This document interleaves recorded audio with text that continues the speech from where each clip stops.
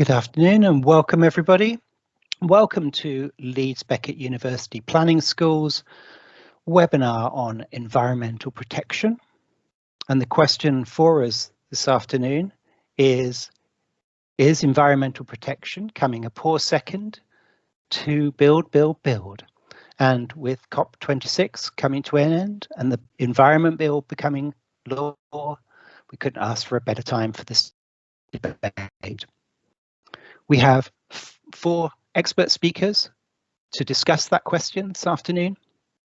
I just want to introduce myself. My name's Quentin Bradley. I'm the Senior Lecturer in Housing and Planning at Leeds Beckett University. So our speakers for this afternoon are Lorraine Wood-End-Wall, Planning Officer from Friends of the Lake District, Jonathan Easton, Planning Barrister from King's Chambers, Faye Durkin, Head of Ecology at ECUS Limited, and Duncan Hartley, Director of Rural Solutions. But here to kick us off and to give us some context, because this webinar series is in partnership with the Community Planning Alliance, I'd like to ask Rosie Pearson, the Chair of the Community Planning Alliance, to just give us a brief introduction. Thank you very much, Rosie. Thank you, Quentin. Good afternoon, everyone. So firstly, thank you, Quentin and all his team for organising this webinar. I know they take a lot of work and, as you say, very timely with the Environment Bill just passing through Parliament. And you would think with the Environment Bill and with biodiversity net gain promises that we wouldn't need this debate, and you would think that we wouldn't also need to have a Community Planning Alliance map. The fact that our map, for those of you who aren't aware of it, now lists over 530 campaign groups, all united by a desire to protect the environment and all worried about different concerns, from housing to infrastructure to warehousing to water quality in rivers. There are a lot of problems across the United Kingdom, and it's safe to say at the moment that probably, well, actually, I can't say what I think because that preempts what all the speakers are going to say. But there's certainly problems with the way the planning system deals with the environment. There's certainly a sense from talking to our support groups and other campaigners that the environment is something that's there to be mitigated and to be offset. There's a sense that potentially it can be downplayed and that you can provide new environment when you destroy old. So you can put some bat boxes in, but you can take out an ancient hedgerow. And we've got countless stories and examples of problems. For example, near to me, there's a huge prison proposal, 2 prisons, in fact, on an airfield, which is full of protected species. And if you look at the early scoping papers, they say, yes, there will be environmental risks to this project, but pretty much don't worry, those can be mitigated. You look at solar farm proposals and they say lovely things like there'll be wildflower meadows beneath them and turtle doves will come flocking in.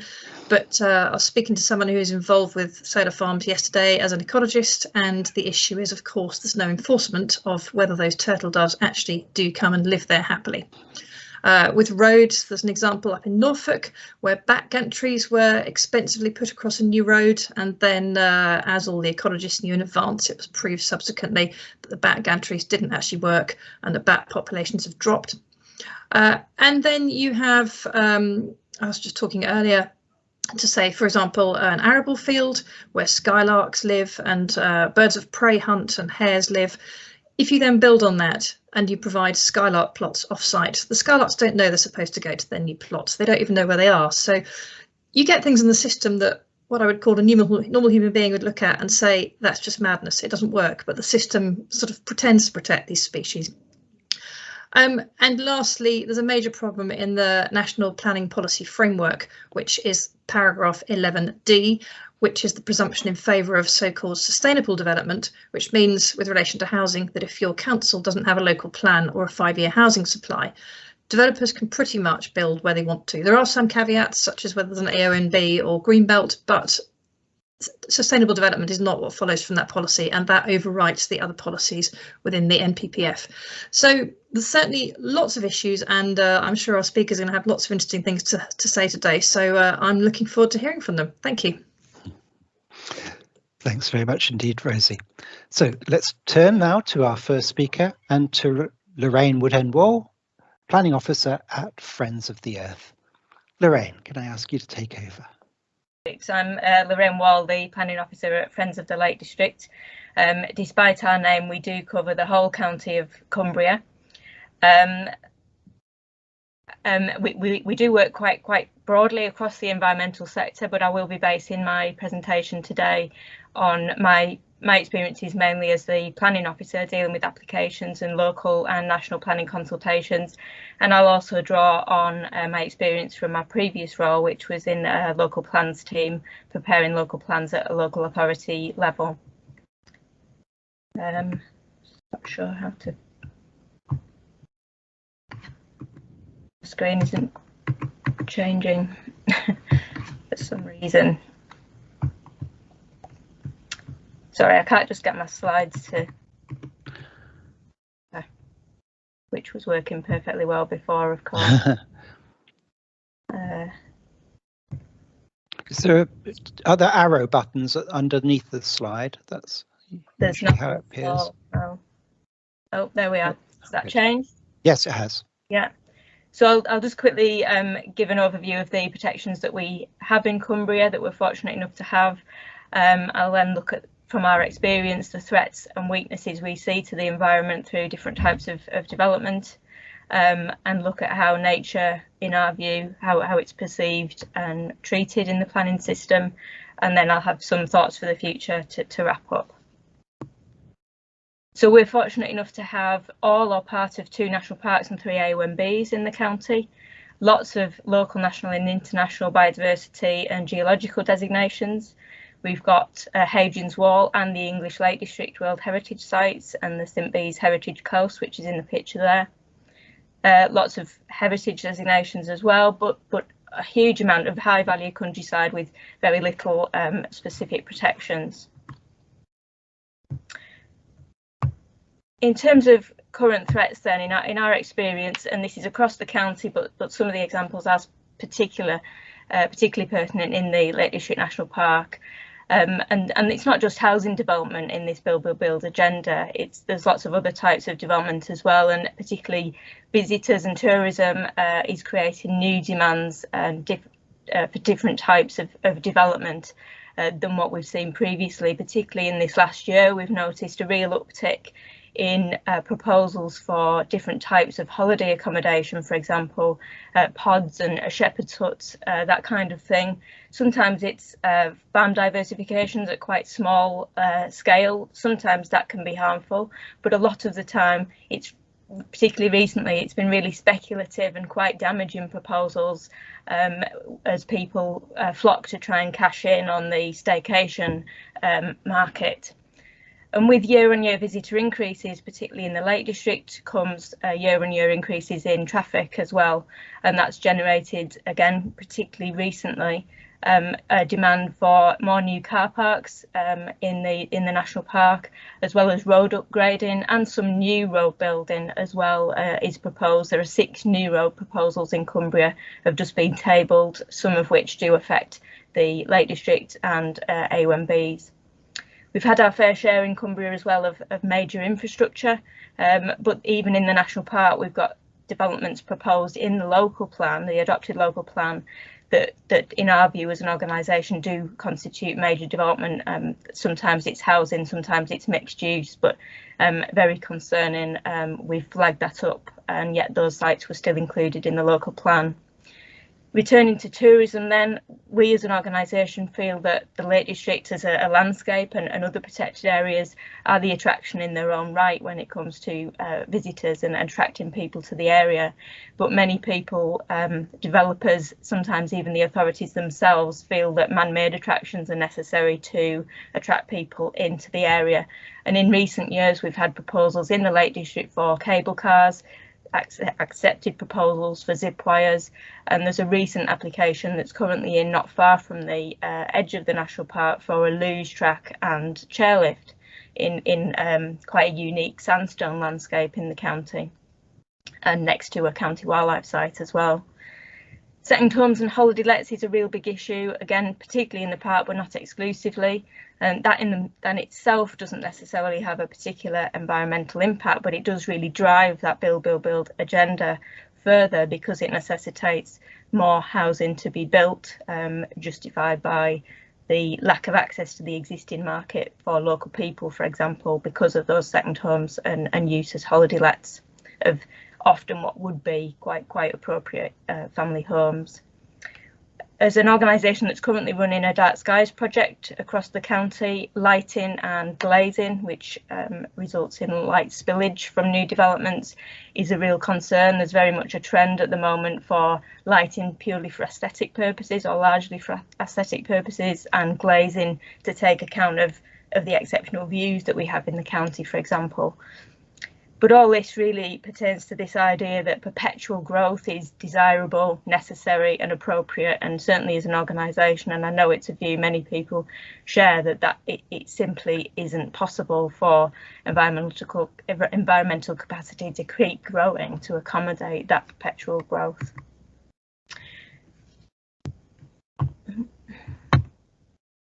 So many of those threats linked to weaknesses in policy and legislation and understanding. A1Bs, for example, are still seen very much as a lesser designation, and that's been highlighted through the example of a geological disposal facility in Cumbria, where the national park has been ruled out as a location, but the A1B is still seen, one of the A1Bs is still seen as fair game. Quite a concerning variations in the application of the protected landscape purposes, the Sanford principle, and the great weight that has to be that should be applied to these landscapes through the National Planning Policy Framework. There's a lack of understanding, I think, of the setting of protected landscapes and how they should be treated. Issues around the understanding of what valued landscapes mean in the NPPF as well. There's a lack of legislation that is causing a lot of problems in certain circumstances. For the World Heritage Site, for example, and the Heritage Coast, they don't have anything like the legislative protection that listed buildings or conservation areas do, and priority habitat really misses out in that sense as well. In Cumbria, we've got the greatest proportion of any county of common land, but there's a real issue there. Despite it now being one of the outstanding universal values for which the Lake District has its World Heritage Site protection, you can get planning permission on common land and without having to have common land consent as well, which is still necessary, but lots of people don't realise that or choose to ignore it, it would seem, in our experience. So that means lots of things are happening on common land and eroding common land without the necessary permissions or scrutiny. There's also a lack of understanding of certain environmental topics that remains an issue. Dark skies, again, for an example, we are changing that through our project, but it's really not at the forefront of many people's minds yet. There's a lack of tools for addressing issues such as second homes and also a poor use of some tools that do exist. The raising of the affordable housing threshold in the NPPF at Para 64, that I feel drove the build agenda further as well, because it means that more housing has to be built in order to meet those affordable housing targets that are bandied about so much. I know we'll hear from others about net gain later on, but we do see weaknesses in that as well, despite it coming into legislation, I think it was yesterday. We do see particularly a weakness in the sense that qualitative aspects of habitats and biodiversity are missed. New build on greenfield land still seems very much the default for delivering new homes, and new housing, so much in our experience, seems to fail to meet genuine needs in terms of type, size, tenure and price, and that of course drives the need to develop even more houses because the needs remain unmet, and that lack of having met the need remains the reason and the justification that developers and authorities will give for building yet more. So how we see nature and the natural environment more generally as being perceived and treated in the planning system. Rosie alluded to some of these things at the start, but protections are often still seen very much as a challenge to progress and described as constraints, even by people who really shouldn't see them as constraints, but really positive things. it's very much seen as something to get around and a box to tick often at the end of a process, or as an inconvenient sideline in our experience.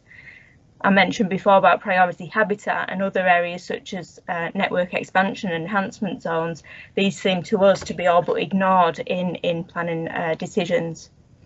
Areas that aren't designated still have this reputation as being almost a free-for-all in some cases, it would seem, and there is a real lack of importance placed on them purely because they don't have enjoy a specific designation. And the principle of avoiding harm in the first place does seem to have been watered down a little bit by net gain in the experience we've had, in that people, developers, authorities are seeing it as, if the gain is demonstrated at the end, the harm at the start perhaps is no longer as important, but it's whether that gain really is genuine, and I think we probably will hear more about that from other speakers. There's also the issue, particularly in relation, we find, to woodlands, for example, of forgetting the indirect harms. And there seems to be an idea of, if we're not chopping the trees down, then they can't be being harmed. And issues like lighting, noise, pollution do seem to get a second-rate attention in that respect. And there's a bit of an MPPF pick and mix going, and again, Rosie did allude to this too, which was interesting to hear. Developers and authorities too seem to give quite a lot of weight to the MPPF when it comes to points such as that presumption in favour of sustainable development. But when it comes to environmental protections, priority habitat is another example. Again, the MPPF is just dismissed as a material consideration that we can get around because other issues are more important, and that does seem to be the the prevailing view.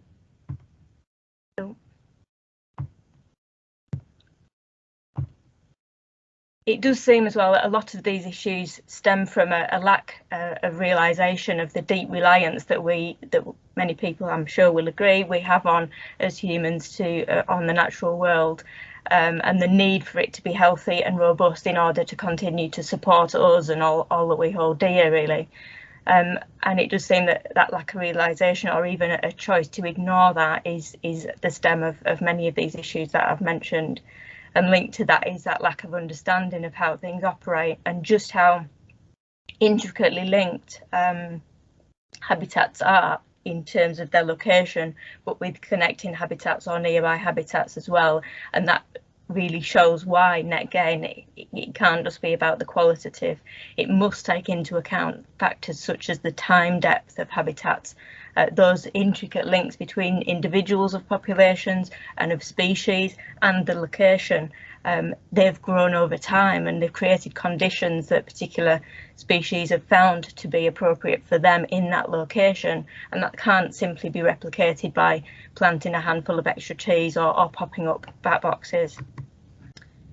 So is there any hope for the future? Well, we hope so. That's a site where the luge track and cable car is proposed at the moment, just north of Penrith, outside a protected landscape, but still next to a county wildlife site, as you can see there.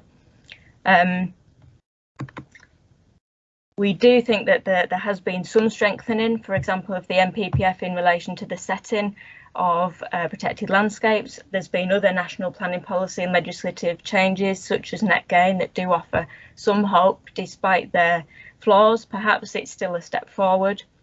The Glover review of protected landscapes, we hope that the outcomes of that will materialise soon, and that will flag up the importance of A1Bs and their status and reaffirm the statutory duties for protected landscapes.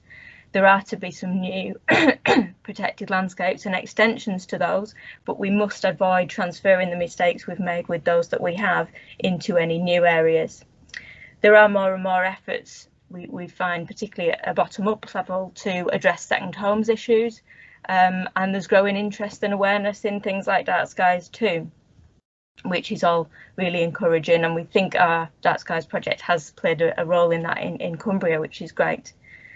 There's been some excellent work by groups such as Community Land Trust to deliver housing in alternative ways, looking at empty homes, looking at subdivisions, and looking at delivering really small scale developments that are appropriate for their landscape setting. There's some test cases that offer hope too. The Arnside and Silverdale A1B now has the first dedicated local plan document for an AONB. It's very much landscape led, and it does include, importantly, a 50% requirement for affordables on all sites over 2 dwellings, and that shows that where you've got the right evidence, you can do something different to what the NPPF says in terms of that level at which affordable housing is required. Cumbria is also a pilot area for local nature recovery strategy, so that we hope alongside net gain will start to really improve how biodiversity and habitats are looked at in the planning system. Climate change and the ecological crisis, as well as the COVID pandemic, do seem to have raised awareness and increased the value that people place on the environment, and we hope that can continue and help to build on that long-standing message that of the need to reconnect people with the environment, and to really help people to understand at a really basic level why the environment is important to our daily lives, because I think that is really crucial to why there is that misunderstanding and lack of value placed on the environment even now. And hopefully that would start to push the public demand for prioritising the environment and making decisions accordingly. So just to summarise, the pressures I don't think are likely to go away soon, and attitudes won't change overnight. There's really quite a number of threats and weaknesses that don't reflect our current legislation and policy, and find quite important holes in it that could really do with being filled. We know it's a finite and valuable resource, but we still think that it's not fully understood, and therefore its value isn't matched by how it's treated. Some really good practice, and we can take some comfort in the fact that many of these protections are really enduring, have been in place a long time, but they do need scaling up and refreshing.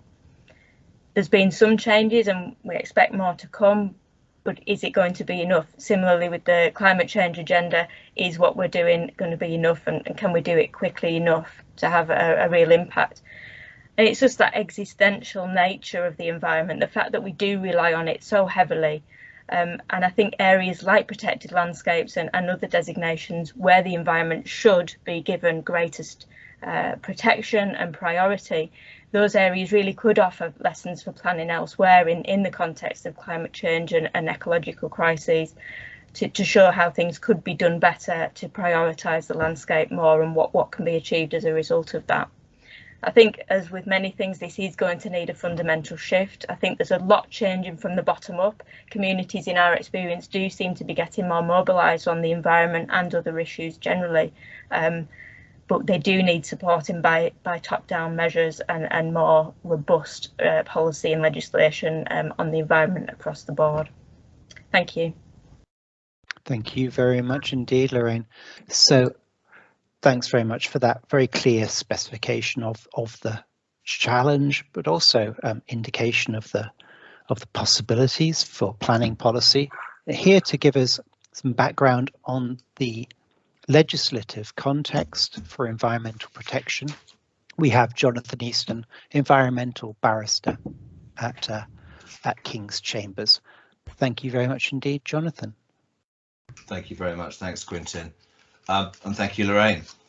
I am a planning environmental barrister based at King's Chambers. We have offices in Manchester, Leeds and Birmingham, and I live actually just down the road from the area that Lorraine looks after. So I'm very familiar with the Lake District and Cumbria.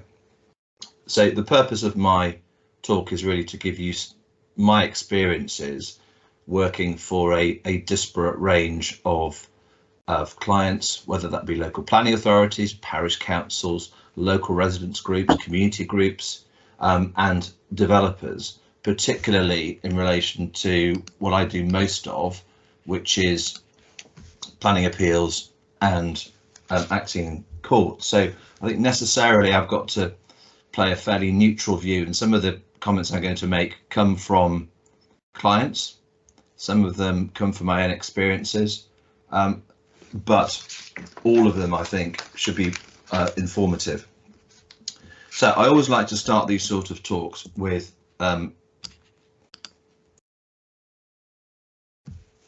photographs. Now at the UN conference fairly recently, our beloved Prime Minister channeled Kermit the Frog and disagreed with Kermit the Frog, who, as we well know, said it's not easy being green. The Prime Minister disagreed with that. He said it's not only easy, it's lucrative, and it's right to be green. But it's the same Prime Minister who also said that we need to build, which is the hook for this discussion this afternoon. It's also the same Prime Minister who said we need to build back butter, build back bitter, build back beaver, and build back burger. But it's also the head of a government who only yesterday announced the achieving of royal assent of the Environment Act 2021. And what's quite interesting about that is that the Environment Secretary George Easton said a number of different things. It was described as world-leading legislation. It's an example for the rest of the globe to follow. It's the most ambitious environmental programme of any country on earth. And as an aside, people are in the meeting may know that the Environment Bill, now the Environment Act, was very much pushed forward by Michael Gove when he was at DEFRA. Now that Michael Gove is Secretary of State for the Department for Levelling Up Homes and Communities, one does wonder whether he's going to pay as much attention to the Environment Act and the principles involved in that, and the same reasons he pushed it forward in the first place. So we've got a Prime Minister saying on the one hand it's easy to be green and it's lucrative, but on the other saying build back better.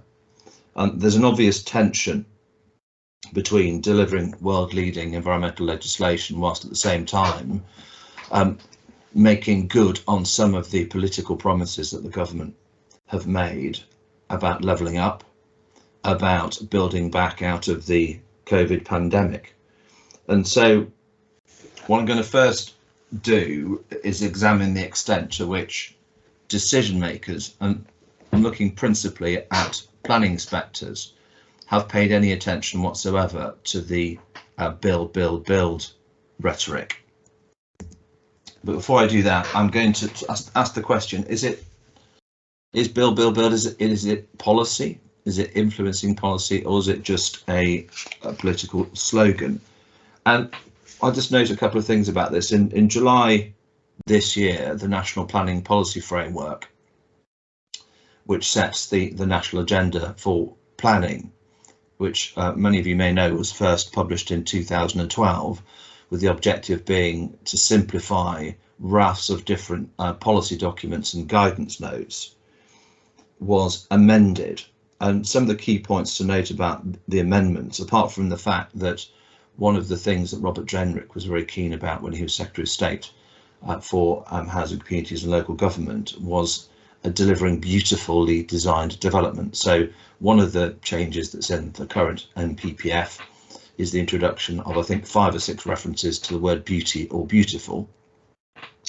However, what has also happened, Rosie mentioned in her introduction paragraph 11D, the first part of paragraph 11 of the NPPF relates to making of development plans.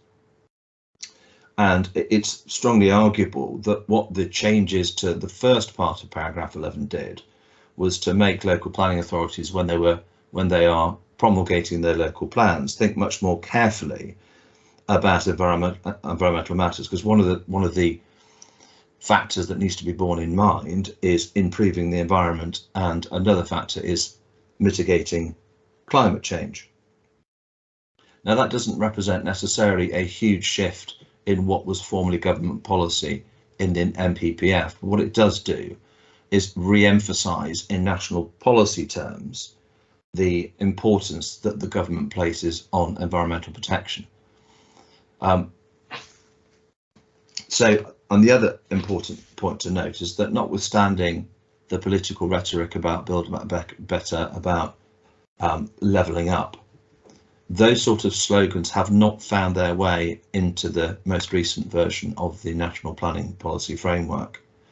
there is and has been since 2012 an objective of boosting significantly the supply of housing to respond to the government's identification of the national housing crisis.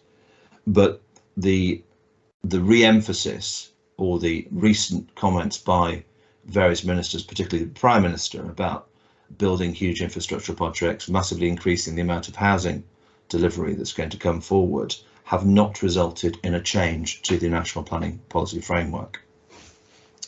So what, if any, attempts have been made to persuade planning inspectors to take account of the build agenda? And I've got access to an appeal search, and what I did was I inputted build into the search box, and I came up, I think, with 3 appeal decisions. The first one of which was a scheme for 24 bungalows in the Ribble Valley in Lancashire, and in that case, this is an extract from the inspector's decision letter. In that case, the inspector records that he was referred to the Prime Minister's build statement, recognised the challenges of emerging out of the pandemic, recognised the potential role of small and medium-sized builders. But the important point to note here is that the inspector said that those factors don't alter or outweigh my conclusions regarding the conflict with the council's development strategy or the significant and lasting harm to character and appearance. So in that particular case, notwithstanding the fact that there was strong reliance by the developer on the build agenda, the inspector played things with a very straight bat, took a view about compliance with the development plan, the impact that would result on the development, particularly the character and appearance of the area, and rejected reliance upon the build agenda. The next decision, and this is quite interesting, albeit that it related to the erection of only one self-build 4-bedroom house.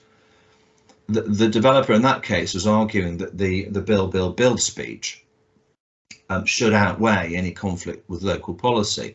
I think it's pretty clear from the extract of that decision letter that the inspector rejected that out of hand, particularly in relation to the fact that its generic nature wouldn't lend itself to being directly applicable to individual development proposals. And that, as a general principle, is absolutely right. It is very difficult for decision makers, whether at local planning authority level or inspectors, or indeed, as we'll come on to see in a moment, at the courts, to conclude to give any weight to generic policy statements made during the course of speeches, which then don't flow down into the making of national policy. The other interesting point from the same decision is that the inspector gave little weight to the highlighted part, gave little weight to the generic comments made by the Prime Minister, and certainly concluded that those comments certainly wouldn't outweigh conflict with development plan policies nor national policy in the framework.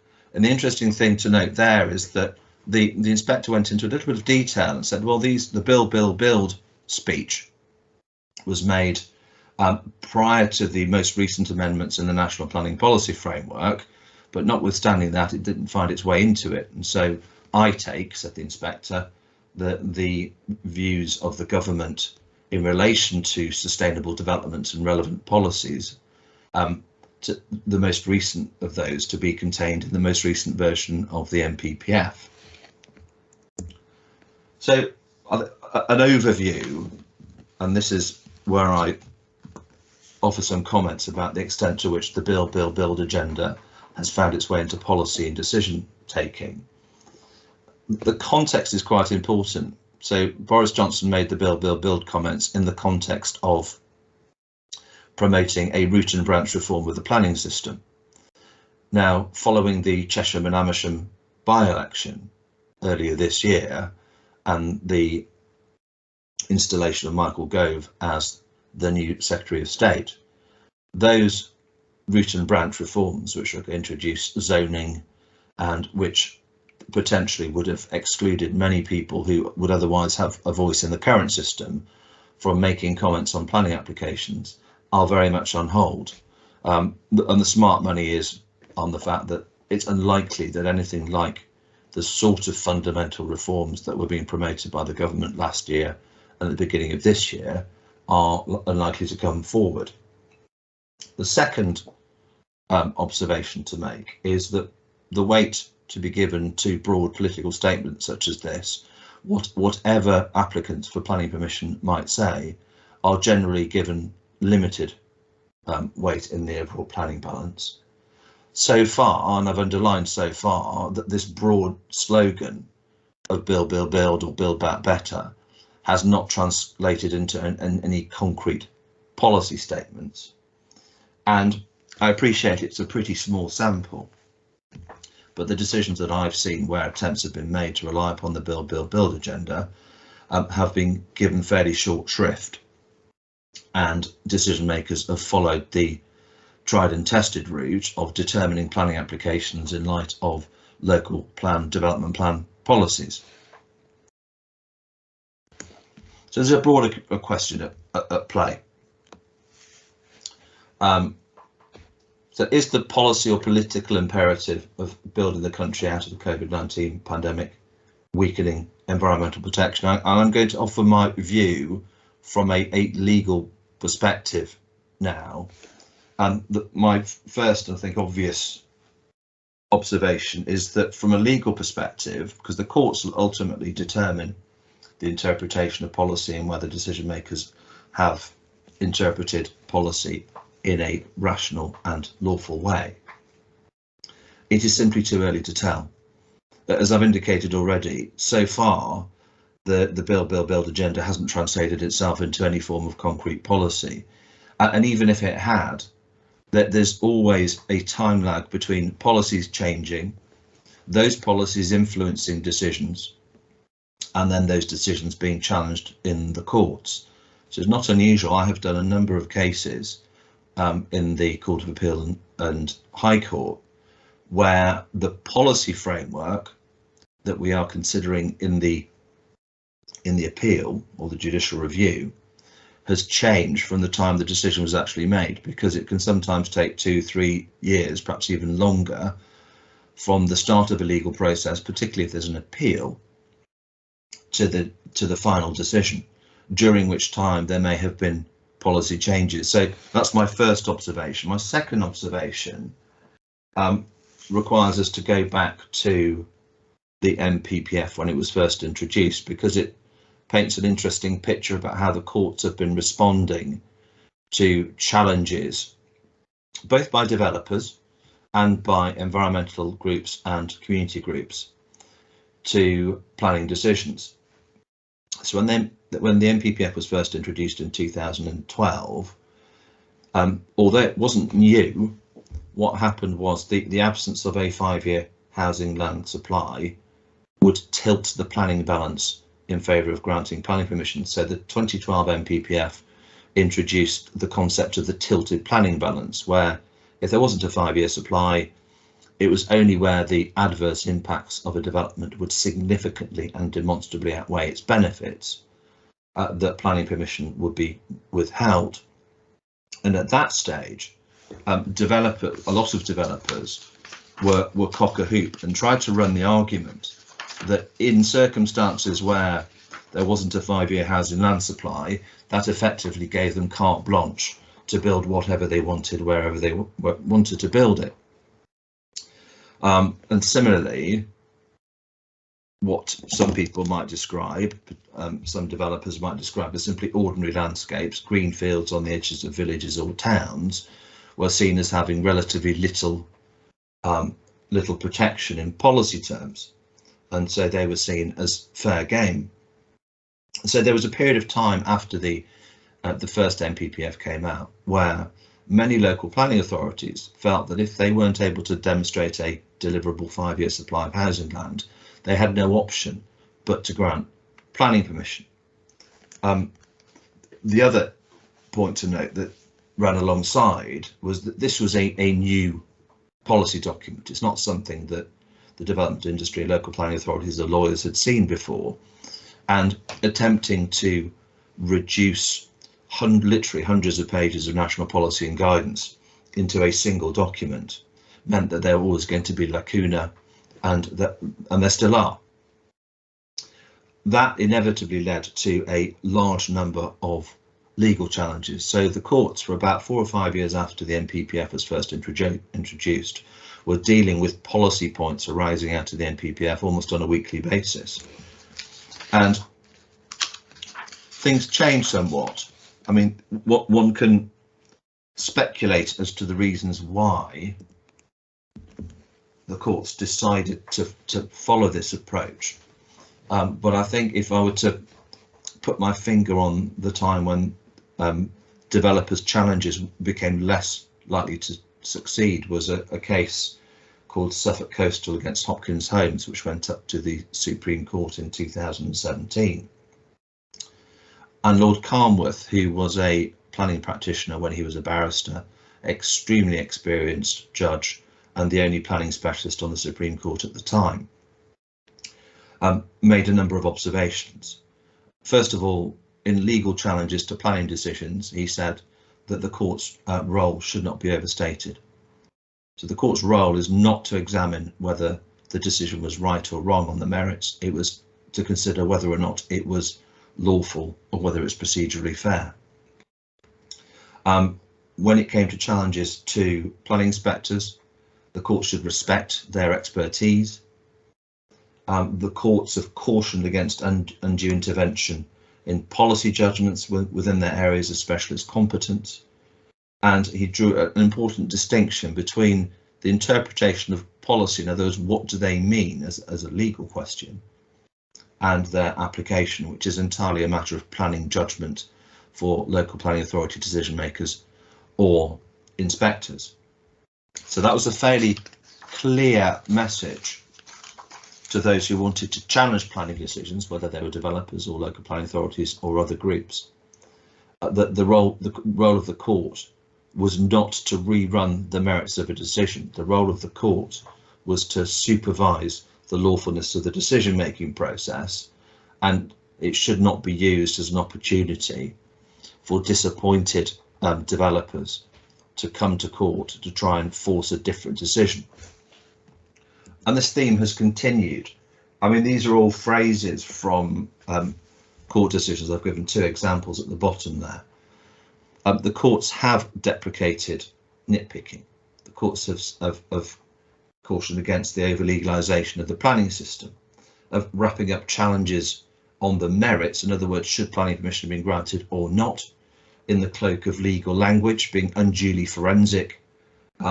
All of those statements are telling people who want to challenge planning decisions, and they are normally disappointed developers, that it is only in the clearest cut of cases that you should be coming to court and saying that the decision was unlawful. What you shouldn't be doing is trying to overturn a decision that simply went against you because the scheme wasn't good enough, or because councillors made a different decision, and arguing that it's really a legal question.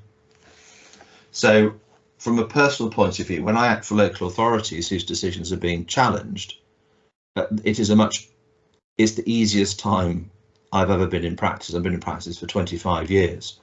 It is much easier now to persuade the court that what a local planning authority is doing, or a planning inspector, they are quintessentially carrying out an exercise of planning judgment, which the court will not interfere with.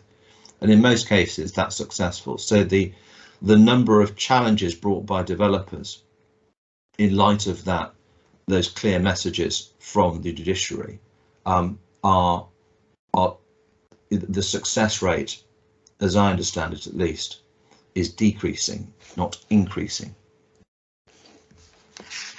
So a couple of key messages. The courts don't trespass on matters of planning judgment. In general, policy making, particularly at government level, is not amenable to judicial scrutiny. Decision makers are given a considerable degree of latitude about the judgments they strike. So as a consequence, and this is again a fairly well held legal principle, is that provided the decision maker properly understands and takes into account a particular consideration in their decision, they're generally free to give whatever weight they desire to that particular consideration. But that makes it a lot harder if a disappointed developer, or indeed a disappointed local planning authority, seeks to challenge a decision because they'll be met with the argument it was simply a matter of planning judgment and the courts aren't going to intervene. Now, in light of all that, it's quite difficult to identify any sort of judicial trends other than the courts tend to be deferential to the judgments of decision makers, that they will not get involved in challenges to broad policy statements, and they will not interfere where a decision maker has given particular weight to a particular consideration. What they don't tend to do is get involved in the merits and offer a view about the extent to which the legislation that they're interpreting protects the environment to a sufficient degree, or indeed the policy documents that are talking about boosting housing supply significantly are effective at achieving that objective. And so there's a couple of recent examples which touch on the question of environmental protection, taken all of these from the last 12 months. The first one is a case called Monk Hill. Now, Monk Hill was concerned the development of land in the AONB. And I mentioned earlier on the tilted planning balance. So if there isn't a 5-year housing land supply, the test is whether or not the adverse impacts significantly demonstrably outweigh the benefits of the proposal. That tilted balance can be switched off if policies in the NPPF give a clear reason for withholding planning permission. And the issue there was whether or not the great weight that should be attached to the protection of the AONB could be a clear reason for withholding planning permission and switch off the tilted planning balance, which would otherwise be switched on. That went out to the Court of Appeal. I think there's a further application for permission to appeal awaiting the Supreme Court's decision. But the court, interpreting national policy, took the very firm view that given that national policy seeks to give great weight to the preservation and conservation of the AONB, if a proposal conflicted or harmed the AONB, then that would obviously be a clear reason for withholding planning permission, and therefore the tilted balance, which would otherwise be switched on, was turned off. The next example, Save Stonehenge, that was a challenge to the Secretary of State's decision to authorise the tunnel beneath Stonehenge. In that particular case, the decision was quashed because the Secretary of State hadn't considered alternatives to the tunnel proposal, which alternatives may have resulted in a lesser impact on the historic environment. So 2 examples there which on the face of it support environmental protection in the broadest possible sense. But I have to say that in both cases the courts didn't express a view about whether the policy that they were interpreting and the approach that they were asked to consider was supportive of environmental protection or was not. They were simply interpreting policy documents and legislation. There are 2 other cases which will go the other way, the first one of which may seem surprising. That was Finch against Surrey County Council. Was a case where a developer wanted to seek planning permission for some extra oil wells. And there's a challenge about the extent to which carbon emissions have properly been taken into account in the environmental statement that supported the planning application. The developer had taken into account the carbon emissions that would arise as a consequence of the oil extraction at that particular site. But the argument was, well, if oil is going to be extracted, it's going to be refined and it's going to be used, whether that's in vehicles or in heating people's homes, that is going to generate significant carbon emissions. So that is an impact that ought to be taken into account when you're looking at the overall environmental impacts. The court's view was, having regard to the legislation, that it was simply the impacts of the oil extraction in terms of carbon emissions that needed to be taken into account, not the carbon emissions which result from the refined oil being used by consumers. And similarly, another case that went up to the Supreme Court was Plan B Earth. It was a challenge to an extra runway at Heathrow. The Court of Appeal quashed a national policy statement which promoted this runway on the basis that the Secretary of State hadn't taken into account the Paris Agreement. Supreme Court disagreed. Ratification of the Paris Agreement wasn't sufficient in itself to qualify as government policy. So the answer to the question, is environmental protection a poor second, it's too early to tell, and I'm really not sure, because things have not that agenda has not translated into national policy, and there haven't yet been any decisions which examine the prospect. And I know I've run over, I'm sorry. Asking barristers to speak, to confine themselves to 15 minutes, I'm afraid is a difficult task. But thank you very much. I'll be happy to answer questions in due course. Thank you very much indeed, Jonathan. Yeah, absolutely. So thanks very much for that refreshing perspective. We're going to turn now to Faye Durkin. Faye is Head of Ecology at ECUS, and I think she's going to address the question very much of the day, and we all know what that is. So thank you very much indeed, Faye. Thank you very much for the introduction there, Quentin.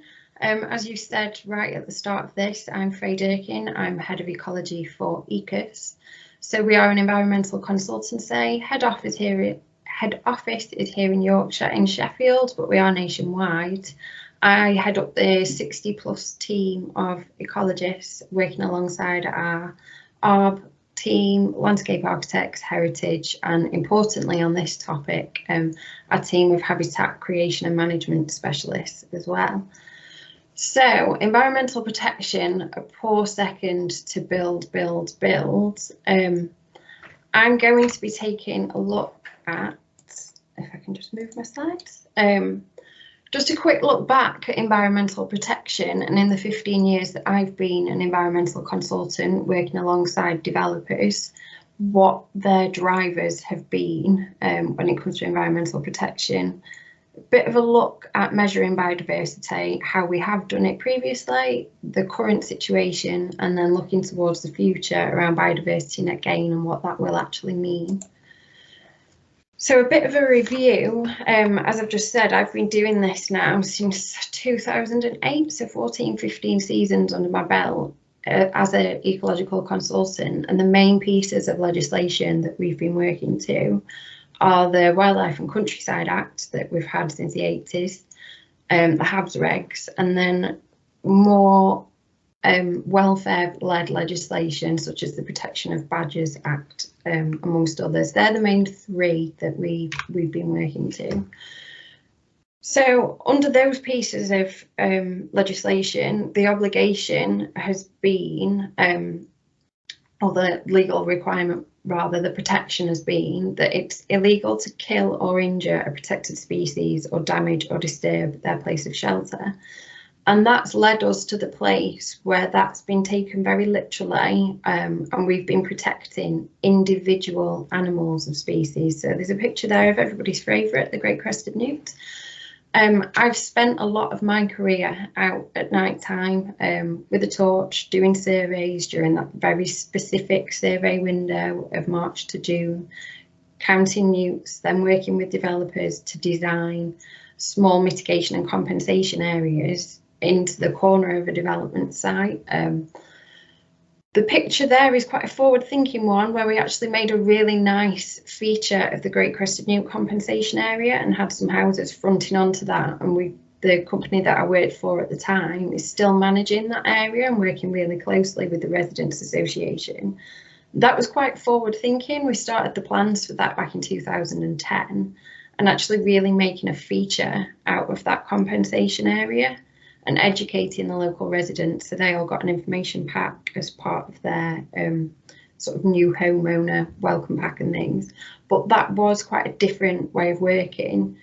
Traditionally, compensation areas have been tucked away, not managed properly, and that way of working in terms of moving and protecting individual animals hasn't really worked, which I'll come on to in a second. But what that system also did was drove protection towards protected species and habitat types, and the intrinsic value of non-protected species and non-protected habitats just wasn't really considered under that previous way of working.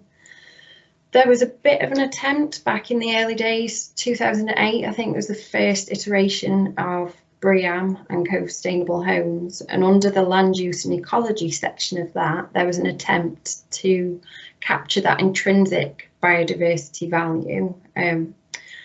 However, I suspect this system was developed by an accountant and not an ecologist, because that took biodiversity very literally, and it was the number of species per metre squared.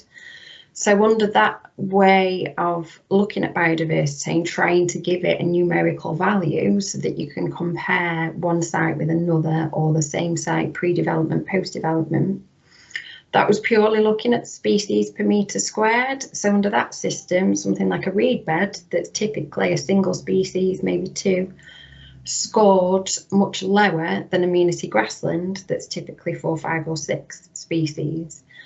But it was better than nothing. For the first time, we'd got a way of capturing the intrinsic biodiversity value of the habitats present at site, rather than just relying on those umbrella species of having something like bats or great crested newts that you could then hopefully provide some sort of ecological mitigation and compensation for.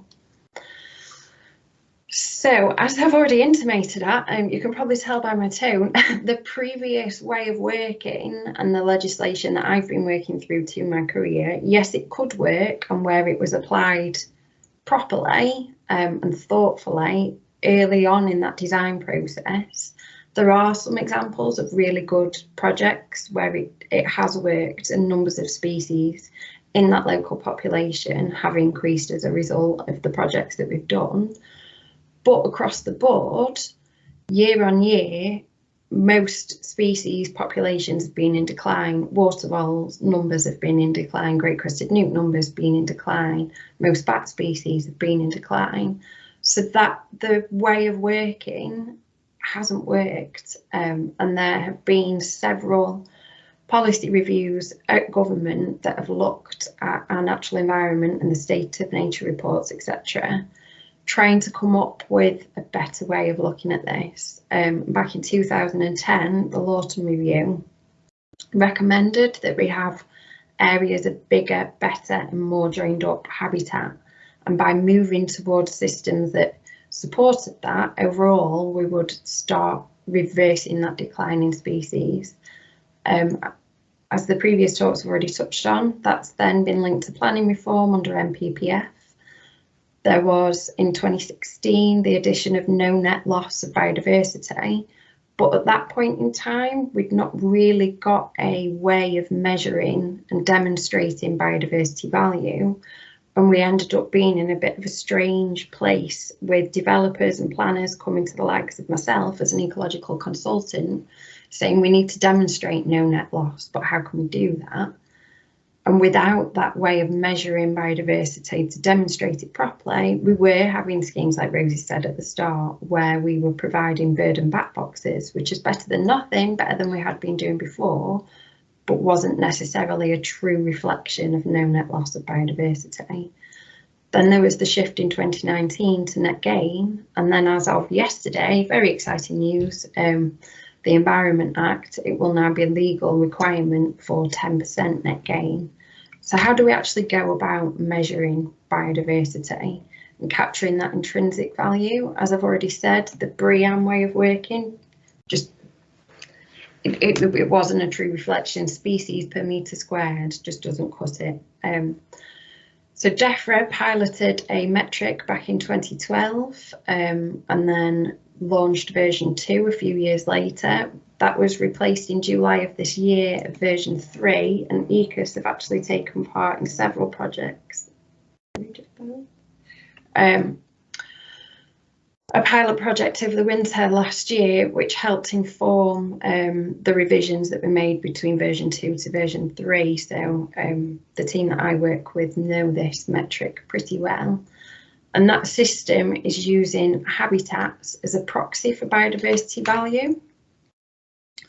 So that system looks at different habitat types. So is it a woodland? Is it grassland? If it is a grassland, what type of grassland is it? Is it acidic? Is it calcareous? And it's really broken down into a lot of different habitat categories. We're shifting away as an industry from the JNCC Phase 1 habitat survey, so the maps that many of you will be familiar with, and the brightly coloured habitat maps, didn't have enough categories for us to be able to fully capture the necessary level of data that's needed for biodiversity net gain assessment. So we are shifting as an industry away from that Phase 1 to a system known as UK HAB.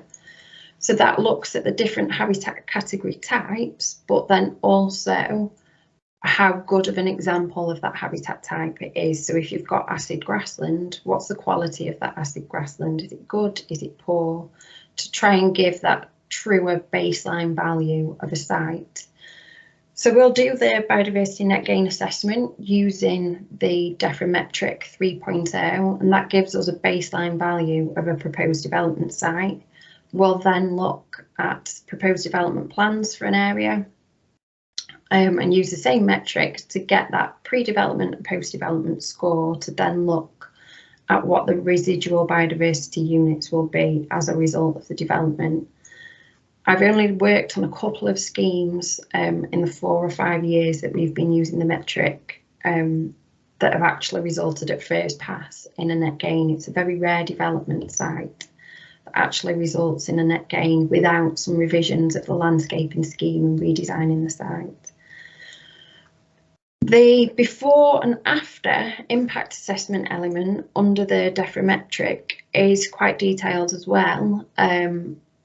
Under BREEAM and co-sustainable homes, it's whether or not you replaced a habitat or retained and protected it, scored the same. So if you've got an area of semi-improved grassland, for example, pre-development, and then you were having an area of semi-improved grassland post-development, area of public open space or something along those lines, that would have scored the same.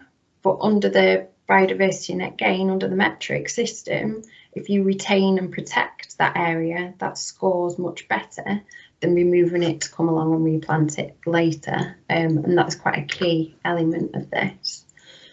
So when us as ecologists are working with developers to design their sites, we always work through the mitigation hierarchy. This is Ecology 101, whether it be protected species or under biodiversity net gain.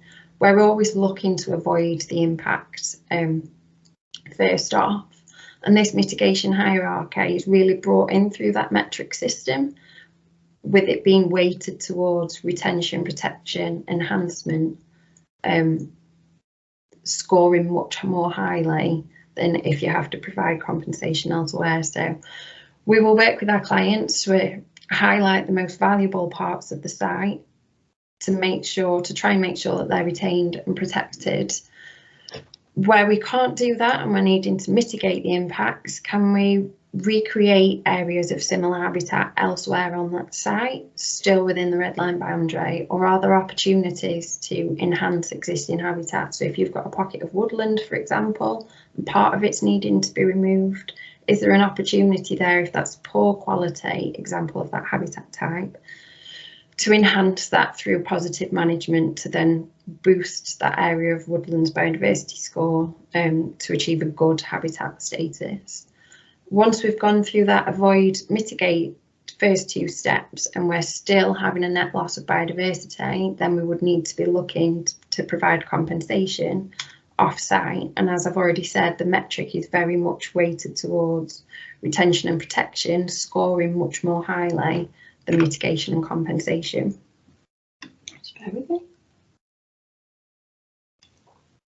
So on site, we will be looking to highlight the more valuable parts, and it will be rarer habitats, those that take a longer time to establish. Habitats, in terms of their baseline value, as part of the metric, those areas that take a long time to become established, so something like a peat bog or ancient woodland, deciduous woodland, they take a long time to become that habitat, as opposed to something like a wildflower meadow or a pond that are relatively quick to establish, which makes sense when you think about it. They are harder to compensate for, therefore let's try and protect the ones that we've got already. So us as ecologists will be working with our clients to pick out those more valuable parts of the site to try and retain and protect those. We'd also be looking at sites slightly differently to your standard developer that might look at an area of land. Say you've got your blue line boundary, the land ownership, and as a developer you would go and pop a red line boundary round those developable parcels of land. There might be steep bits or areas that are in the wrong type of flood risk zone that you would never touch with a barge pole as a developer. But us as ecologists would want to include those areas as part of the development site, and they can then be put into positive management and included within this biodiversity assessment. So it's just thinking slightly differently when looking at sites, even before purchasing it, if there are other areas nearby that can be included and then included in positive management. We'll also look at the soft landscaping scheme and try and work with landscape architects to boost the biodiversity score of those schemes. I'm on a relatively new build estate. My house is only 3 years old. It's looking out the window at the moment at beach edge. Most new build developments still have beach edges, single species, not that great for wildlife.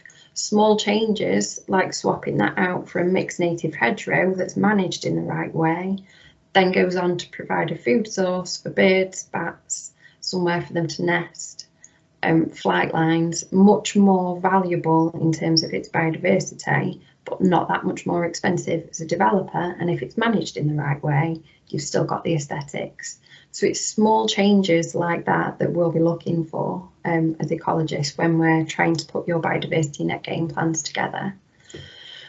Under the system, which is slightly different to some of the European protected species guidance that we work to, things like SUD schemes and areas of POS all count towards your post-development biodiversity score.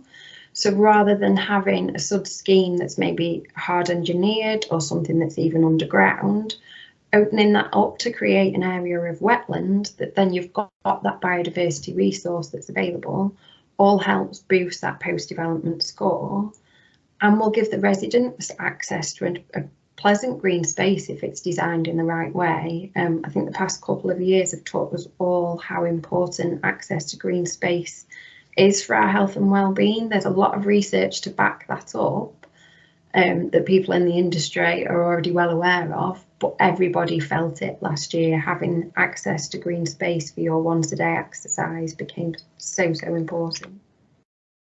So once we've been through that design process and we've boosted the post-development score as much as we can on site, if you're still not achieving a net gain, then we will be looking towards local provision, local compensation. First port of call should really be adjacent the site. Is there any other land that's available right next door so that you're still getting that local benefit, so that you're not providing compensation too far away from where you're having the impact. If there isn't anything suitable available, many of the local wildlife trusts, and the whole of the UK is represented by a local wildlife trust. A lot of them have trading arms, consultancy arms, and a lot of them are now geared up to receive funding via developers to put areas of land into project management that isn't in management already. That's a really important element of biodiversity net gain. You can't have that double counting. So if a wildlife trust got a reserve that's already funded by some other means, you can't sort of pay into that pot as well, because that will be considered as double counting. So it would be additional funding. That element of additionality is key as part of the biodiversity net gain guidance. There's also the Environment Bank, which is a private business which has got a network of third-party landowners that are mainly farmers that have got areas of land that they will put into positive management that's then funded by development. We have had several conversations with them recently, and demand is very much outstripping supply though. So we've had a few projects in the Yorkshire and Derbyshire areas where the Wildlife Trust and the Environment Bank haven't had anything suitable. So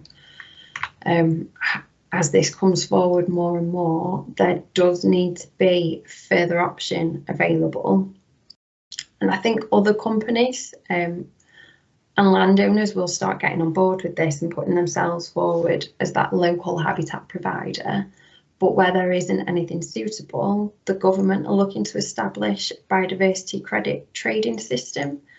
ECAS took part in a big pilot project over the winter last year, kept me very busy during lockdown 3, working with a suite of different landowners that are looking to boost biodiversity value on their land with a view to then trading that value on an online trading platform. That's very much still in development, but Natural England are hoping that that'll be available in the next year or so. So next steps for us as ECAS, but the sort of ecological consultancy as a broader industry, is really getting to grips with the Environment Act and biodiversity net gain. With ECAS taking part in the pilot last winter, we're already starting to focus on building that team around a design, create and manage service. So we've got our ecologists, our habitat management team and our landscape architects all working together to try and deliver these schemes on site, but also looking at local habitat provision and then working with farmers and other big estate landowners to try and boost biodiversity value on their sites and demonstrate that boosting value through appropriate habitat management plans. I'm trying to engage people and give talks such as this. So if anybody would like to learn any more, feel free to get in touch. We are continuing our work with Natural England. The recommended governance structure that we put together for the habitat provision element of biodiversity net gain, we're seeing further work come from government around that. So that seems to very much be getting taken on board. But I guess for you guys, what does this mean for projects going forward? Really, ecologists need to be involved before sites are even purchased so that biodiversity net gain can start to be included in that viability, feasibility assessment. The point of biodiversity net gain and the Environment Act is to protect the natural environment. So if by engaging an ecologist early in the design process, we can help steer developers away from the rarer, more valuable areas of habitat so that those areas are retained, protected and enhanced, and steering development towards the lower value areas. We can do that at a really early phase, red line boundary, blue line boundary, quite a high level, just initial assessment to try and help steer development in the right way. And as this system, people get more used to it and it becomes the norm, I can see biodiversity protection zones, very similar to tree protection zones, becoming the norm and areas of sites having to be protected throughout the construction phase, much like hedgerows and tree lines are protected at the moment. If you've got areas of particular habitat that need to be retained and protected, then they must be retained and protected.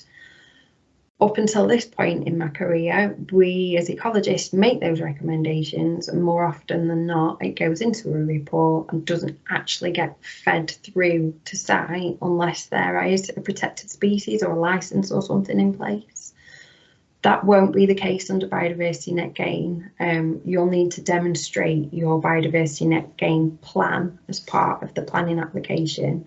And within that plan, if an area is stated as being retained and protected and therefore available as value in that post-development assessment, then that area does need to be retained and protected.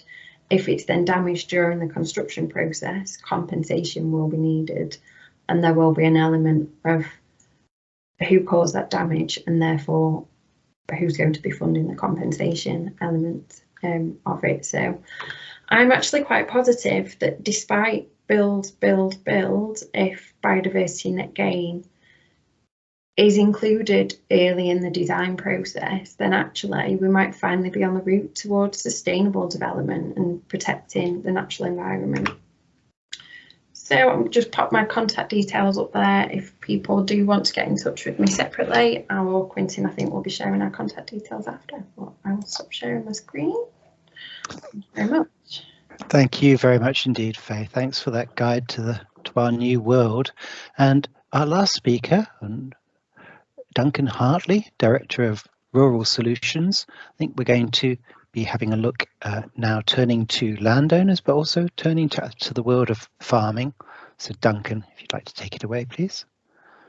Thank you, Quentin.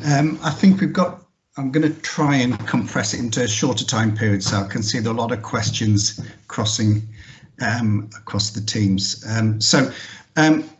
My background, 35 years in planning, 20 years local government, 15 years in private practice now with Rural Solutions, Director of Planning, and much of what I deal with is, as the title of our company is in the rural sector.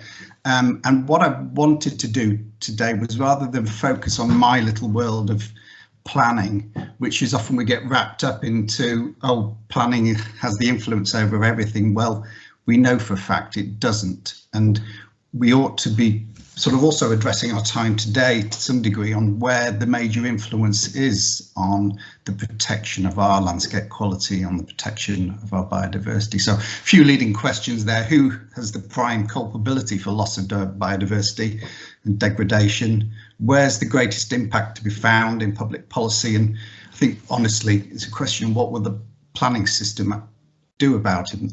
Can you do about it in those areas? So inevitably, let's look at the land use national picture. Is it this or is it that? 72.9% of our land in England is farmed, 14.5% is natural landscape, which I suppose natural would be inverted commas.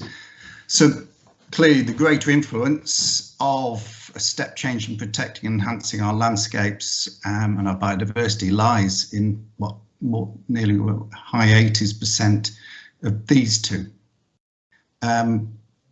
There's a particular antagonism between agriculture and the environment. I put agriculture versus the environment. We've seen references of that in the COP26 this last week. Extensive references to the impact of farming on the landscape, from greenhouse gas production through to rolling carbon capture. We've also heard in part in the last 2 weeks about the intensification of farming and the drive towards cheap food and the price of that. And it's something that public policy has to address and is starting to address. And we've also got the legacy of land management and the influence of European policy, which we now have stepped out of. And I'm going to conclude at the end about where is the new farming policy, what is it saying, and how is it driving change with regard to our natural environment. What I wanted to briefly touch on were three sort of reference sources, one going back a hell of a long way, 1962, which is a long time ago, when Rachel Carson brought out Silent Spring and really kick-started, it was the originator of ecological concerns, saw the birth of Greenpeace, Friends of the Earth, etc. But what it did was raise the impact of intensive farming and the use of insecticides, and led to the ban on DDT, created the existence of the US Environmental Protection Agency, and led to a real significant worldwide influence on farming practices across the world. But it is telling that 1962 was a hell of a long time ago, and as we'll come to now, it's probably only now that we're seeing significant change in our agricultural policy that relates to the UK. Another book, I'm only raising this because I just read it recently and I saw that Lorraine was joining us, was a fantastic account of one gentleman who's a hillside farmer in the Lake District and how he sees the future of the marginalised hillside farming that he's been doing. He saw his father develop his farm, hillside farm, towards intensification, which stripped out fields, stripped out boundaries, used pesticides, larger fields. And he also saw his grandfather, who was also a hillside farmer, actually following the older way of doing things, what was often called then the regenerative farming, which all of a sudden, as we'll see at the end of my presentation, is now de rigueur. So rotating the use of fields, no pesticides, planting trees, creating wetlands, and sacrificing arable land to encourage wildlife. But here we've got the continuing tensions in agriculture of cheap food and versus beauty does not pay the bills. And that's a quote from James Reed Banks himself. James interestingly said this, that his father didn't send him to Cirencester. He was old school. He thought that places turned out people who knew the cost of everything and the value of nothing. And I see this sort of time and again, or have seen it time and again. But I think that what I've also seen more recently is a new breed of farmer coming through, the new generation, who actually aren't necessarily going through the Cirencester colleges of this world and are actually coming more from a sort of enterprise background, often actually coming from the city and then going out back into their estates. And Bradford's Estates was one recent, I don't know, there's a link there to a recent BBC programme where exactly that is happening. So I'm not going to go into detail there, but just do recommend you go to that link. Another recent book, which many may well have heard, is a book by Isabel Tree on wilding and the Knepp Estate, which is a significant area in Sussex, which looked towards really stopping the use of pesticides and becoming more active in the process of maximising economic ecosystems and the richness of those.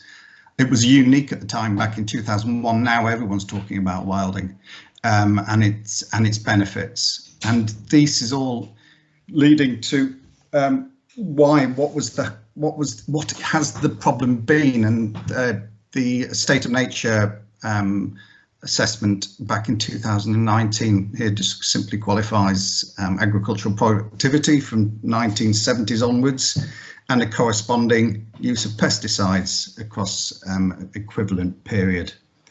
And the impact of that in turn has been two steady downward curves, one relating to farmland birds here and the other relating to insects in the wilder countryside. So there's clearly an effect of intensive farming correlated there. So a new approach, we've got Brexit.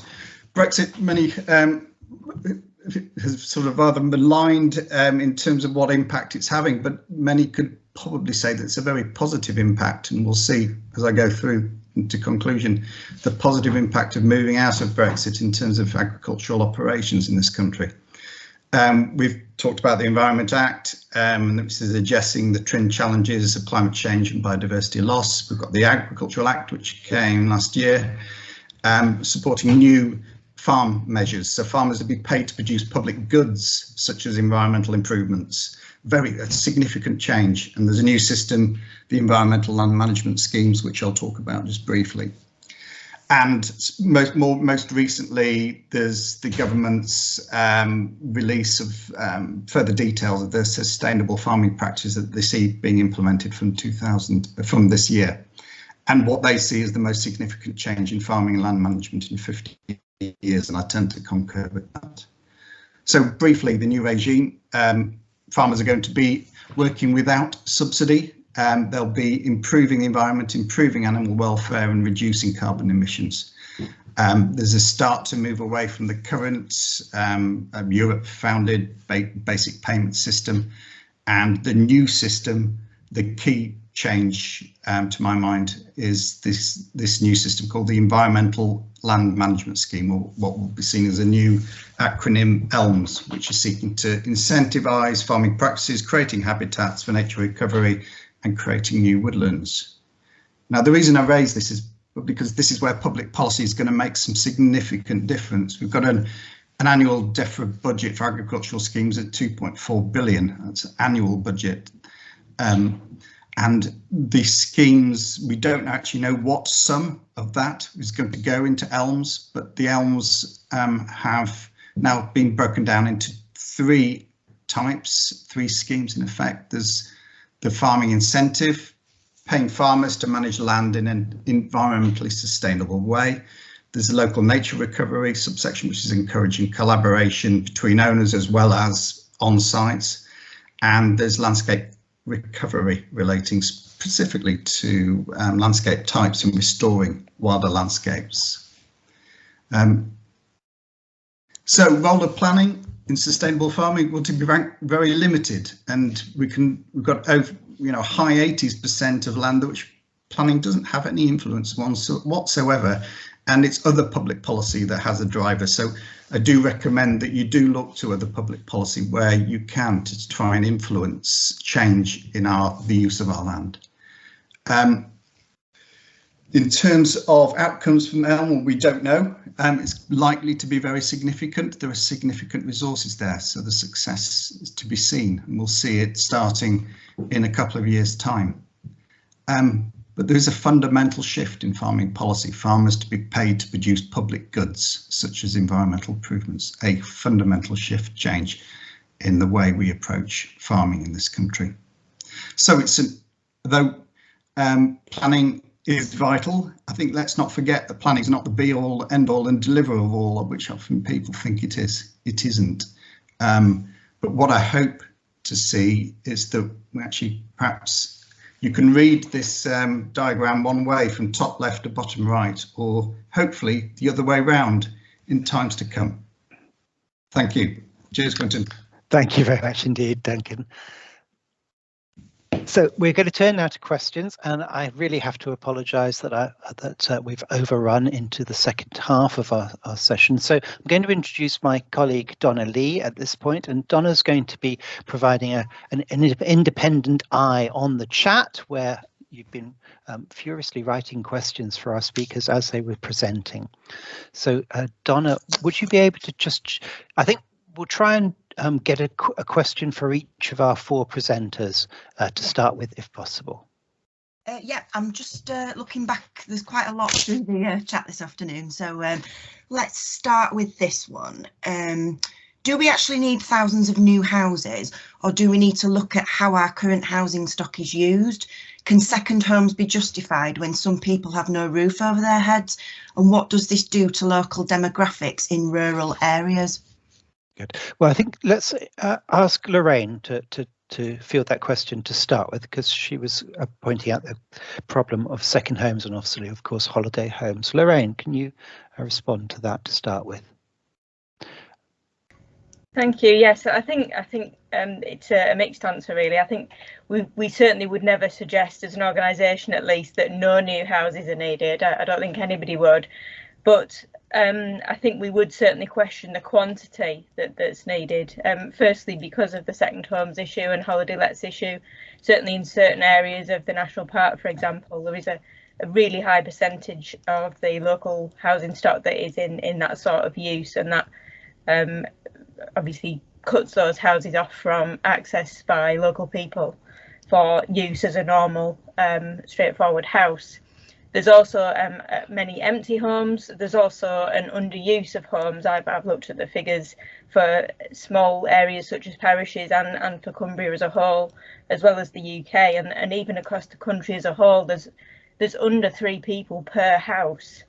So that it does suggest that there is a real underuse of the existing housing stock, and that there are several actions we could take to make much better use of what we've already got, whether it's bringing second homes back into the market, bringing holiday lets back into the market, making use of empty homes, making use of, when there is such a small average household size, making more use of larger properties, and perhaps looking at subdivisions where appropriate. And as I mentioned in the presentation, there are some examples even here in Cumbria where that's already happening through housing associations, for example.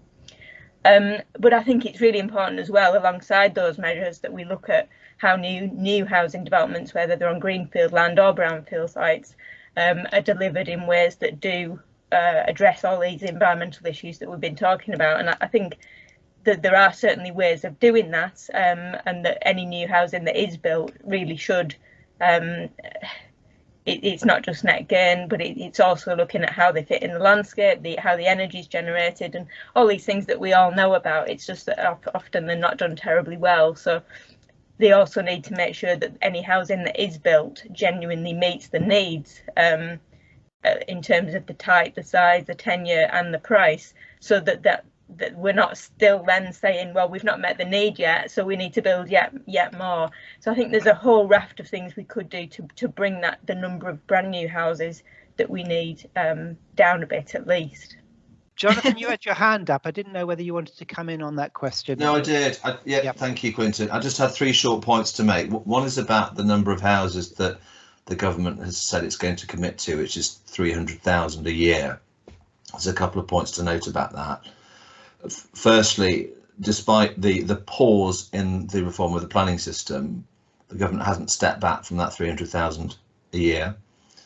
The second thing to note about it is that the government was seriously criticised by the Select Committee for Housing Communities earlier this year, because the government was simply unable to demonstrate how they had calculated that figure. So far as I'm aware, there is no robust justification for that figure. The second point, and this relates to second homes, is that I've done quite a lot of work in Cornwall, and some Cornish parish councils have been quite effective in bringing forward neighbourhood plans, which are very, very strict when it comes to second homes. And one might say, well, the horse has already bolted in relation to places like Cornwall, but they have had quite a lot of success, and they have been challenged in the courts in relation to these policies, but those challenges have been unsuccessful. And the third thing just to note is empty homes.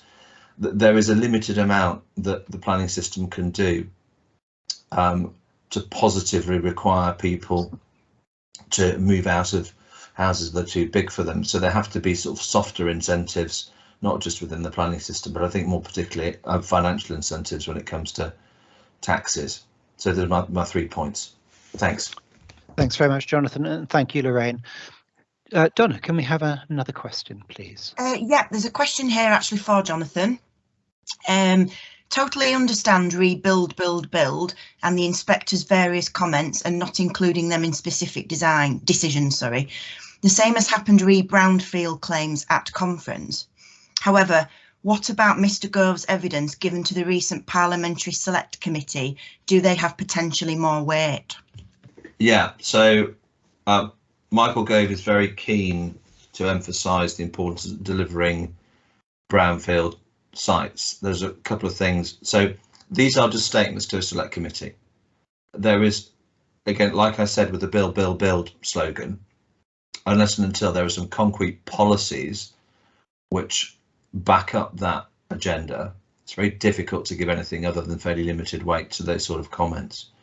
But so far as brownfield is concerned, there remains in national policy an encouragement to prioritise building on brownfield land, that where you are as a local authority proposing greenbelt release, you're supposed to demonstrate as a local planning authority that you have examined the ability to meet your housing and other needs through brownfield releases in order to demonstrate exceptional circumstances.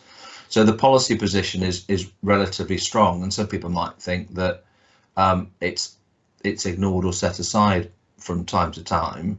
But whatever Michael Gove says, unless and until it translates itself into legislation or policy, I think all it does is give us a broad idea about the direction of travel, rather than any tangible policies we can make decisions around. Thanks very much, Jonathan. Donna, another question for our presenters, please. Yeah, here we go. Here's another one.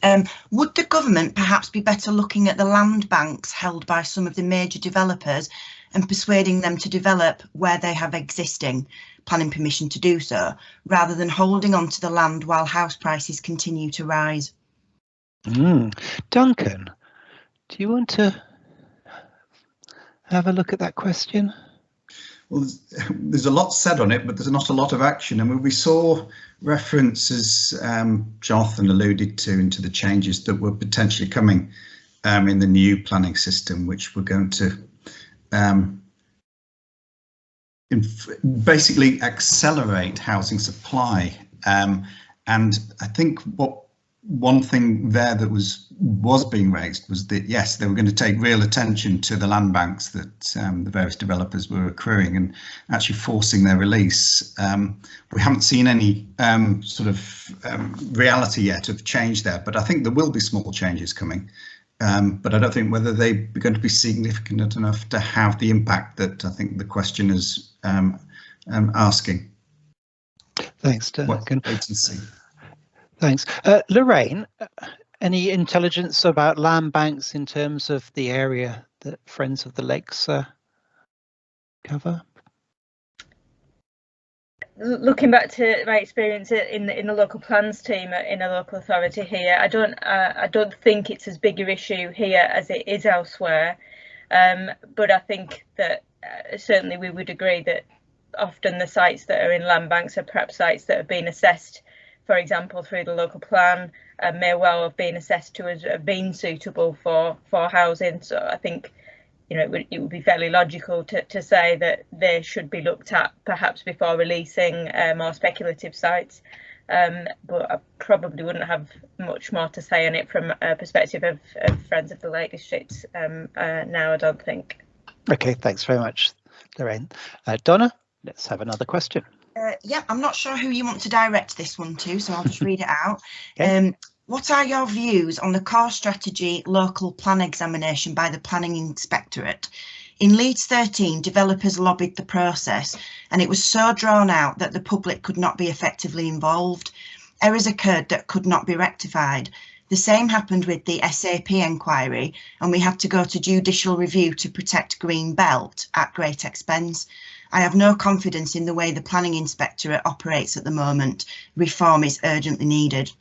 Okay, thanks for that. So, Jonathan, I know you can't comment on individual cases, but can you look at the issue of local plan examination, the possibility that it can be influenced in ways by developers or promoters? I'm old enough to remember when local plan examination inquiries took 6 months as a minimum, and there was a very thorough examination of all the issues. And my recollection is that local people got more involved then than they do now. There's a point of view that the examination of local plans under the current system doesn't have anything like the forensic rigour that even an appeal against the erection of one house might have. The most recent local plan examination I was involved in took 4 days, and these are really massive issues.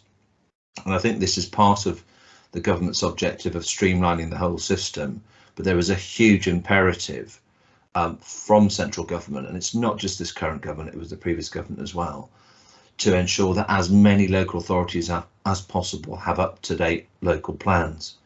And so the pressure to deliver local plans sometimes means that the policies which are being promoted perhaps aren't examined with as much rigour as they might otherwise be, and you end up with a plan which occasionally isn't in everybody's interest. I don't mean that just in relation to the developers, I also mean local planning authorities and local residents. So there could be a much better system, and I've done 2-3 local plan examinations during lockdown, been involved in them, and the way in which the inspectorate have allowed people to participate remotely, again, just anecdotally, seems to have increased the amount of participation rather than decreased it in comparison to how things used to be. Because imagine if you're a local resident turning up to a local plan examination where you have, let's face it, predominantly suited white men sitting around a very big table,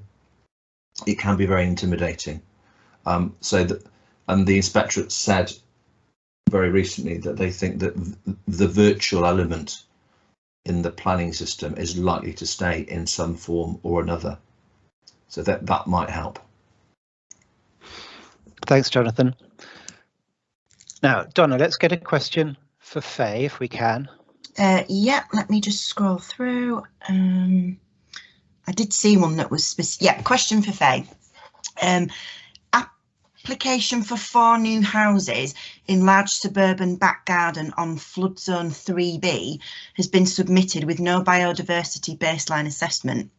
It's a mature garden with 30 trees, mature hedgerows and riverbank habitats, and we see owls, bats, rich birds and small mammals. Can we insist that planners commission a proper ecological assessment? Faye, you won't be able to do it. Well, that's okay. Short and sweet answer there, but yes, to discharge their duty, the LPA should be assessing the impacts. So they need sufficient information to do that. So there should have been some form of ecological assessment and mitigation plan put together. Okay, thanks very much for that, Faye. Just while Faye's spotlit, can we? Yeah, there is another one for Faye, actually, if that's okay. As ecologists suggest mitigations for wildlife displacement, what expectation do you have that wildlife will make use of, say, corridors or new habitats? And what confidence do you have that those species will still be on site to make use of those mitigations once development is underway / complete? I think that's referring back to the more traditional way of working there, isn't it? And that element of post-development disturbance should always be taken into account when you're designing your mitigation and compensation. We are in a strange crossover period at the moment where some ecological consultants have been working with biodiversity net gain assessments and are quite familiar with the metric and the good practice principles that sit alongside the metric. We should always be applying the mitigation hierarchy. We should always be doing best for biodiversity. But as with most industries, there are those that are more experienced and understand the nuances of it, and then those that are less experienced and maybe don't use the guidelines that are there and that are available. And while we are in this crossover period at the moment of the Environment Act having only just come in, and we've got a couple of years now for everyone to get used to this, there will be a very steep learning curve that us as ecologists, as the so-called specialists, need to get on board with, as well as planners, developers, etc. That's the question. Yeah, thanks, Faye. Thank you. Donna, can we take another question? Yeah, I think this one might be for Duncan. Should agriculture be brought into the planning system more, i.e. creating different agricultural use classes, thus providing the opportunity to resist certain intensive and harmful farming practices? Thanks, Donna. Right, Duncan, you're on the spot now. To some degree, yes, I would agree with that, because there's a lot of harm that can be caused through, and it has been caused across several decades of intensive farming, to the character and quality of our landscapes. But I think it's got to be followed up with the right form of planning from public subsidy from the perspective of managing the land. So the two have got to work hand in hand. So we're starting to see where we will see under following the Agricultural Act and the Environment Act, the new changes, and it may well be that what will follow would be some greater control through the GPDO, the use classes order, some differentiation on the activities of agriculture and the control of the activities there. So I think it's a big debate, isn't it? Because agriculture has been free for it's been since the year dot, since the start of the planning system. There are only exceptions, there were exceptions, a few exceptions where agricultural permission is required. So I personally, I see a change coming, because the two have got to come hand in hand. There's the public subsidy and the control over how that will influence the quality of our landscapes. Some big changes coming. Thank you very much, Duncan. Donna, let's try and get another question for all our guests, if we can. Yeah, I'm not sure who you would direct this one to, but we have a development proposal going on for 6 years where the previous pasture was ploughed weeks before the application was submitted. This lowers biodiversity values, making gains much easier to demonstrate. It is supposed to now be illegal under Environment Act 2021, but would an argument of deliberate damage be legally viable? I think this is for Faye to start with, definitely. The legal element at the end there, I might refer to Jonathan if I can, but under the governance structure that I recommended to Natural England as part of the pilot project that we did last year, I've recommended in that there be an element of previous land use assessment as part of the biodiversity net gain assessment and the biodiversity net gain plan that people are putting in as part of planning applications, to pick up on exactly this element, because we don't want people lowering that baseline value. There has always been that risk there, and in my time in this industry, I've been to proposed development sites expecting to find a pond or expecting to find a hedgerow, having reviewed the site on aerial image and OS maps, only to get there to find out that it's been ploughed out. As ecologists, we have to say what we see when we arrive at site, but then also take that previous knowledge and indications of previous land use into account. So that should all be sort of reviewed as part of the baseline. But until more detailed guidance comes out around the biodiversity net gain plan and the format that they need to be in, we just have to hope that people do the right thing. But as I've said, the pilot that we did, I've recommended that as part of the governance structure. So there should hopefully be templates coming out from Natural England for us to use as ecologists that will pick up on that previous land use element to try and avoid this, because exactly right, we don't want that baseline arbitrarily being lowered before we go and do the assessment. Thanks very much, Faye. Jonathan, do you want to come in? Looking maybe perhaps the wider issue of legal redress here. Yeah, so ironically, the full text of the Environment Act, at least before I started this afternoon, wasn't available, but one of the drafts, one of the draft versions of the bill made it clear that there was a particular point in time when the baseline biodiversity value was going to be assessed, and the purpose of that was to prevent people promoting development from deliberately downgrading to get a lower biodiversity score. My slight concern is that there are going to be some transitional arrangements. My understanding is that the regulatory framework that's going to govern biodiversity net gain is going to go out to consultation next year, with implementation in about 2023. Now, what happens in the interim for all those developers who are promoting schemes from now until 2023? Are they going to be let off the hook? My feeling is that the benchmark date following which you won't be allowed to rely is going to have to come in much sooner, perhaps from the date of royal assent. That doesn't help in relation to schemes that are going through the system now, and the question about whether or not you could take into account deliberate degradation would depend to a great extent on what the local policy framework is, because not all local plans have biodiversity net gain as a policy requirement. Thanks, Jonathan. That's useful. Donna, so I think we've probably got time for, well, one more question definitely, but maybe two if we can. Yeah, I've got one here for Faye, if that's okay. What is Faye's opinion on destroying one habitat to be replaced by another? Also, a net gain does not necessarily mean like-for-like replacement of habitat and flora and fauna. For example, one may lose a rare orchid, but it's replaced with several other more common species. Under the system that we've been working to, there is an expectation of type for type if you're doing local habitat compensation provision. So if it's grassland habitat that you are losing, there's an expectation that grassland habitat would be replaced to try and avoid this.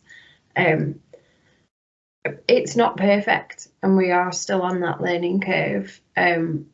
I am very much positive about biodiversity net gain though. It's so much better than the system that I've been working to. 15 years ago when I went to a development site, if I didn't find a badger, barn owl, great crested newt, development happened and there wasn't the need for any compensation and that intrinsic value just wasn't captured. So it's not perfect, but it's much better than what we've had previously. Thanks very much, Faye. Another question, please, Donna. Yeah, quite a lot to choose from here. I know, it's a hard job. Let's have a look. I think we might have another question for Jonathan, if that's okay. Monk Hill versus SSCLG would suggest an authority relying on a report by their Area of Natural Beauty officer of substantial harm would be a clear reason for rejection. Is this report always the only assessment of harm that will be taken into account? Jonathan, can you answer that? Yeah, the simple answer is no, because if it's a report from the officer responsible for monitoring impacts on AONB, that won't necessarily be the same officer that writes the report and makes the delegated decision. So it'll be one of a series of reports that the planning officer who makes the overall recommendation will take into account. So it's not inconceivable that an AONB officer who concludes there would be unacceptable harm to the AONB would be overridden by a planning officer who considers that the benefits in those particular circumstances are significantly greater than the harm. Okay, thanks very much for that. Lorraine, can I bring you in to comment really on the protection for AONBs? Would that be all right? Yeah, in relation to that question or more well, general? Perhaps I'm making a more general point. Yeah, it's tricky again because in Cumbria we're aware that we've got the 3 AONBs, but we know that the pressures on AONBs elsewhere in the country are much greater in terms of development than they are here, and that's partly because of one of them is very large and incredibly rural in comparison even to other AONBs. One is the one that has its own development plan document, and larger developments have definitely reduced there since that document came into force, and there's been some really interesting planning decisions already since that document came in. And the one that doesn't have those two characteristics is actually the one that is under most threat, not necessarily from housing development, but from tourism development. So it does show the importance of the extra protection that special development plan document gives, for example. And I know that is one of the recommendations that the Glover report highlighted, that AONBs having a document, whether it's a DPD or whether it's a neighbourhood plan, for example, or a suite of neighbourhood plans for the AONB, that could help to ramp up the level of protection and draw out the special qualities of individual AONBs into policy protection, for example. I think there is starting to be a shift in terms of people realising that AONBs are on an equivalent level to national parks, but I think that there's probably still quite a long way to go as well. Certainly when I was working on that document in my previous role, a lot of people that we spoke to about it during public consultations, even sometimes people that lived in the AONB, weren't actually sure what an AONB was or where it stopped and started or what the purpose of it was. So I think there's probably improvements. I think there's probably still a long way to go in terms of AONBs. I think there is a positive outlook with those examples that I've mentioned and the Glover response, although of course we're yet to see exactly what the Glover outcomes might materialise into. Okay, thanks, Lorraine. Duncan, you got your hand up and I'm going to give you 1 minute. The horrible thing with AONBs is they're simply underfunded.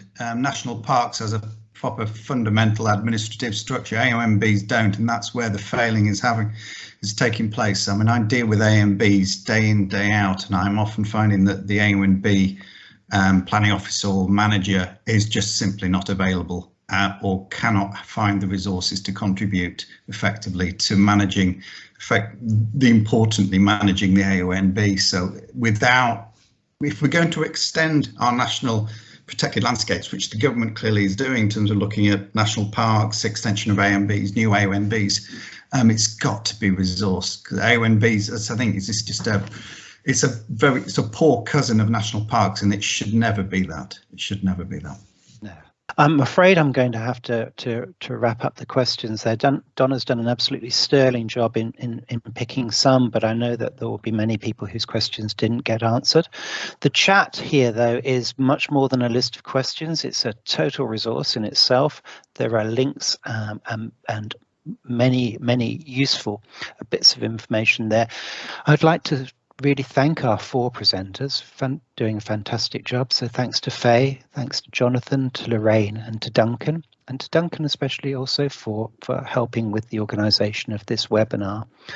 It's been a fantastic time for it, but I think we're on the verge of a brave and rather frightening new world. So thank you all for taking the time to give us the information, and to everybody attending for asking your questions. Thank you then everybody for taking part in this afternoon's webinar. Thank you very much indeed, and bye now.